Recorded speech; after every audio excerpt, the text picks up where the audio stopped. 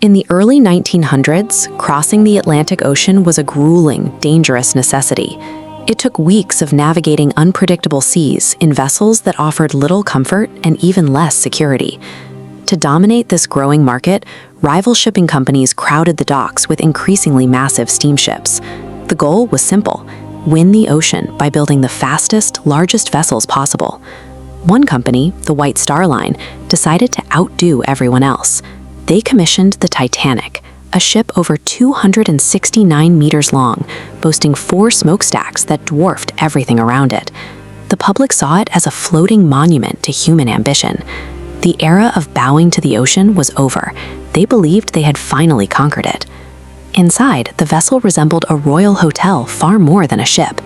First-class elites enjoyed swimming pools, expansive libraries, and sprawling dining rooms, all serviced by modern elevators.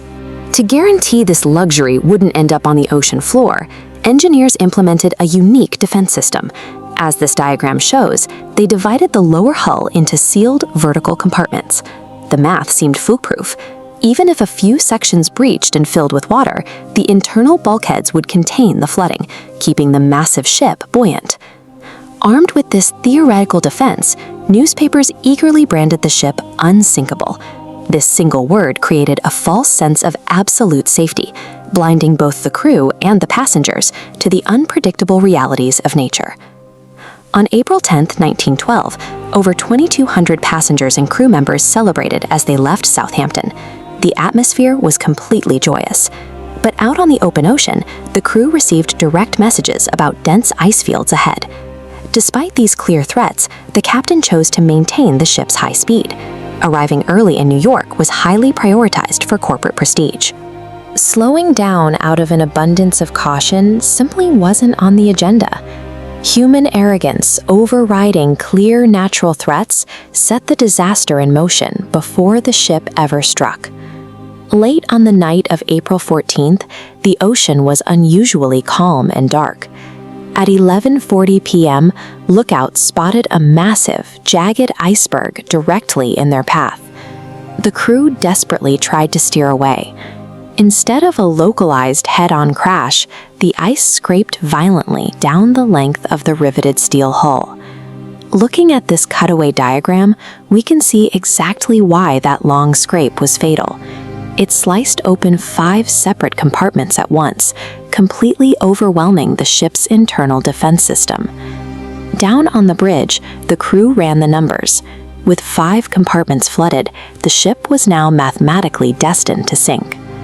Up on deck, passengers met the initial evacuation orders with complete disbelief.